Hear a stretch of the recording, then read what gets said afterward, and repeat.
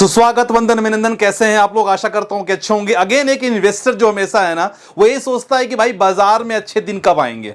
Friday का दिन था जब हम लोग सेलिब्रेट कर रहे थे कि भाई जीडीपी का डेटा बहुत अच्छा आया है। हम लोग मंडे की मार्केट में अच्छा खासा प्लान हो सकता है, लेकिन किसी को नहीं पता था कि यहां रशिया यूक्रेन का वॉर वापस चालू हो जाएगा।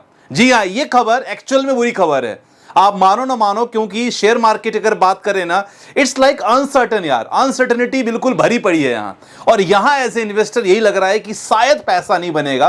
तो एज ए इन्वेस्टर किस बातों का आपको ध्यान रखना है, बहुत इंपॉर्टेंट होने वाला है, क्योंकि जो माहौल चल रहा है ना, ये माहौल बढ़ सकता है। और अगर रशिया यूक्रेन का वॉर बढ़ा, सर ये आज का वॉर नहीं है, ये पता नहीं 2 सालों से लगातार चल रहा है। और आपने इवेंट देखा होगा कि रशिया यूक्रेन का वॉर खत्म होता है, ईरान इजराइल चालू हो जाता है। ईरान इजराइल वॉर खत्म होता है, भारत पाकिस्तान चालू होता है। भारत पाकिस्तान खत्म होता है कि ट्रंप साहब स्टार्ट हो जाते हैं अपना लेके कि भाई मैं टैरिफ करने वाला हूं। तो आप देख रहे हो, ये जो अनसर्टेनिटी है, इसमें एक ऐसा सेक्टर है जिसमें लोग पैसा बनाएंगे, ऐसी बात नहीं है।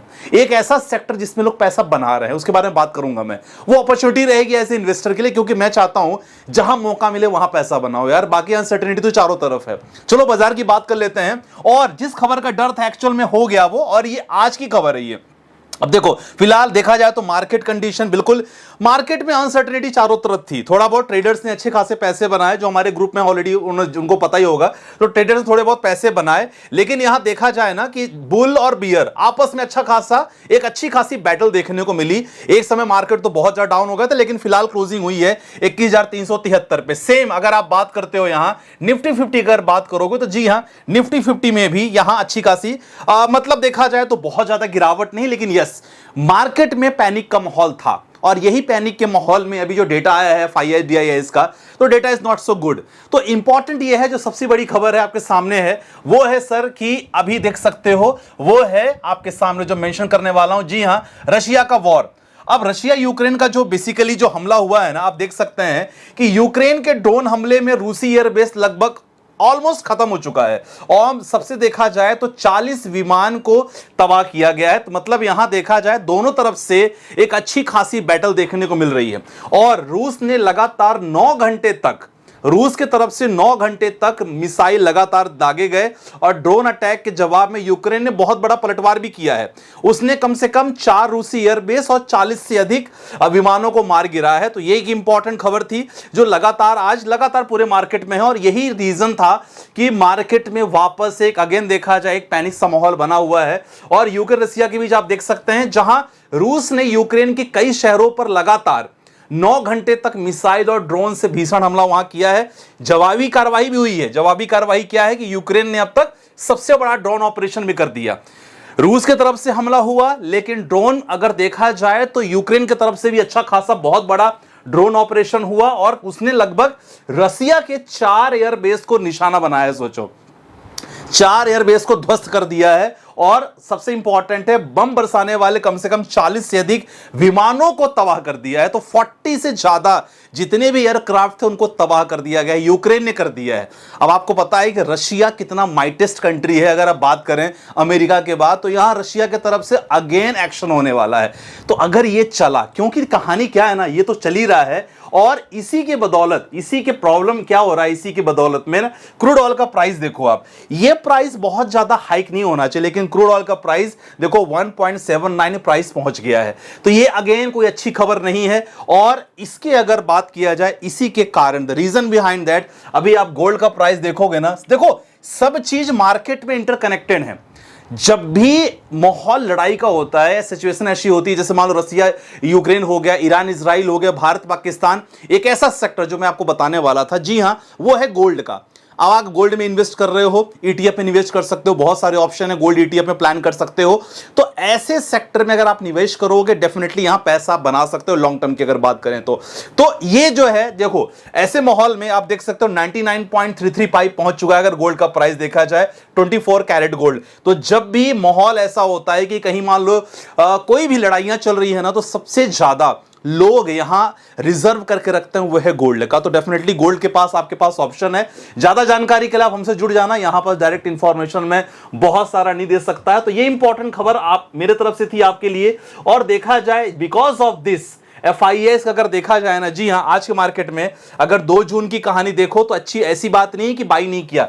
DIIs ने 14,000 करोड़ की बाइंग की है, लेकिन सेलिंग कर दी है 9,000 की। तो ओवरऑल DIIs की तरफ से देखा जाए तो लगभग 5,313 करोड़ की बाइंग हुई है। लेकिन अगर वहीं आप देखोगे ना FIS, क्योंकि मेन मुद्दा हमारा FIIs है और जब तक ये निवेश नहीं करेंगे ना तब तक बहुत दिक्कत हो सकती है। तो FIIs तरफ से देखो 12,000 करोड़ का माल तो खरीदा उन्होंने, लेकिन प्रॉब्लम यह है कि 15,000 करोड़ का बेच दिया है। और बोलोगे, काफी क्वेश्चन मेरे पास आए कि संदीप भाई क्यों बेच रहे हैं? Sir because of global tension. यार ग्लोबल टेंशन की वजह से लोग अपने पैसे बचा के रखते हैं, निवेश नहीं करते, क्योंकि उनको लगता है कि जिस जगह हम निवेश कर रहे हैं इसका प्राइस तो और डाउन होने वाला है ना। सिंपल सी बात है। देखो रशिया जैसे कंट्री पे अगर यूक्रेन ने ऐसा हमला कर दिया, वापस रशिया की तरफ से पुलिस साहब तो यहां शांत नहीं बैठने वाले हैं, जरूर यहां जवाबी कार्रवाई होने वाली है। अब ऐसे कंडीशन पे अगर ये होता है तो अगेन भारतीय बाजारों के लिए थोड़ा सा निगेटिव इंपैक्ट रहेगा यार। लेकिन एज ए इन्वेस्टर देखो FIIs ने यहां निगेटिव मतलब मैक्सिमम यहां सेलिंग की है।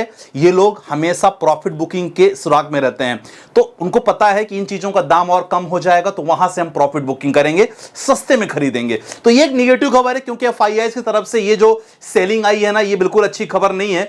और ऐसे कंडीशन में देखो क्या है, ऐसे कंडीशन में कुछ इंपॉर्टेंट स्टेप आपको हमेशा देखने पड़ेंगे, क्योंकि ना ये जो लगातार चल रहा है, बहुत पहले चल रहा है, क्योंकि केवल वॉर नहीं चल रहा है, पीस भी चल रही है, दोनों तरफ से पीस टॉक भी चल रहा है।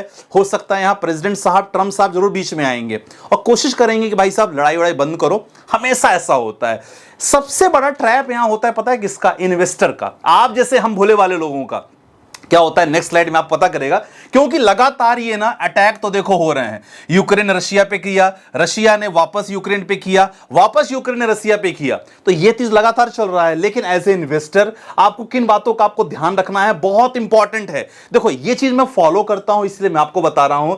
सबसे ऐसे प्रॉब्लम में ना, जब ऐसे इवेंट होते हैं, सबसे ज्यादा आपको ना डेटा देखने को मिलेगा negative side from the FIIs, क्योंकि ये लोग ना मैक्सिमम कोशिश करेंगे, माल बेचने की कोशिश करेंगे। तो FIIs डेटा आपने चेकआउट कर लिया, निगेटिव डेटा है, तो आपने देखा कि FIIs की सेलिंग सबसे ज्यादा आपको देखने को मिलेगी जब भी सिचुएशन ऐसी होती है। अगर ऐसा होता है तो भारतीय बाजारों के लिए उतना अच्छा नहीं है, ये निगेटिव पॉइंट है इंडियन मार्केट के लिए।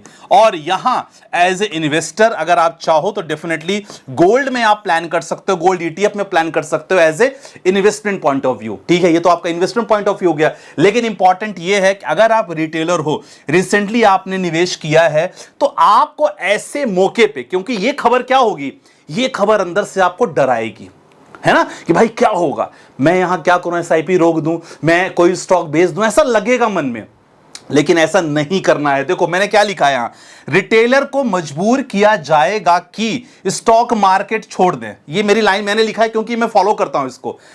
जितने भी रिटेल इन्वेस्टर हैं, ये सारी खबर जो चल रही है ना, आपको मजबूर कर देगी कि भाई साहब मैं यहां पैसा नहीं बना पाऊंगा। लेकिन ऐसा होता नहीं, आपने देखा है ये चीजें नहीं रुकने वाली। मैं आपको क्लियर कह रहा हूं, ये इवेंट लगातार आते रहेंगे। और मैं कहता हूं कि अगर इवेंट ऐसे आते हैं तो आपके पास मौका रहता है ऐसे ऐसे शेयर्स में निवेश करने का जिसका प्राइस बहुत कम है, फंडामेंटल बहुत अच्छे हैं। तो अगर जानना हो तो हमारे साथ जुड़ सकते हो, डिस्क्रिप्शन में नंबर मैंने मेंशन किया है। और बाकी चीजें बाइंग अपॉर्चुनिटी है, टेंशन मत लेना, ये मैंने लाइन मेंशन कर दी है, ये केवल मैंने आपके लिए किया है। तो आज की वीडियो में बस इतना ही छोटी सी इंफॉर्मेशन थी। देखो यार चैनल पे स्ट्राइक्स वगैरह चल रही हैं, तो दैट्स व्हाट हमने ना बैकअप चैनल बनाया है। डिस्क्रिप्शन पे नंबर, डिस्क्रिप्शन पे है लिंक, आप ज्वाइन कर लेना। अगर कभी ना कभी कुछ अगर इस चैनल के साथ होता है तो डेफिनेटली मैं आपको वहीं मिलूंगा। बाकी मेरे नाम पे बहुत सारी फर्जी आईडी चल रही हैं, टेलीग्राम पे चल रही है लगातार। रिसेंटली हम बात भी कर रहे थे कुछ लोगों से, ये लगातार चल रहा है। प्लीज मेरी टीम या मैं कभी किसी चीज के लिए फोन नहीं लगाता कि हमारा ये प्लान चल रहा है, कोई स्कीम कि 5 के 20 कर दो, 20 के 5 कर दो, नहीं। इनफैक्ट मेरा नंबर पब्लिक है, आप मुझे फोन लगा सकते हो यार। कितनी बार लोगों को मैं समझा, बहुत सारी फेक आईडी बन चुकी है। अब गवर्नमेंट इस पे काम नहीं करेगी, गवर्नमेंट को ये लगता है कि भाई साहब यूट्यूब पे जो कंटेंट लोग बना रहे हैं ना, ये बहुत हार्मफुल है। गवर्नमेंट को ये नहीं लगता कि जो वायलेशंस हो रहे हैं टेलीग्राम पे वो रोकना चाहिए, ये फ्रॉड रोकना चाहिए, वो नहीं रोकेंगे वो लोग। पता नहीं, मतलब समझना तो भाई साहब मुश्किल है, क्या क्या चाहते हैं क्या नहीं चाहते। फिलहाल एज ए इन्वेस्टर ये थोड़ा मार्केट के लिए जरूर अपॉर्चुनिटी है as a investor point of view. बाकी घबराना नहीं, ओवरऑल मैं आपसे ही कहूंगा घबराना नहीं है, लगातार बने रहना। बाकी कोई डाउट होता है तो व्हाट्सएप नंबर संपर्क कर लेना। राइट, मित्र स्टूडियो के साथ बाबा, टेक केयर, जय हिंद गाइस।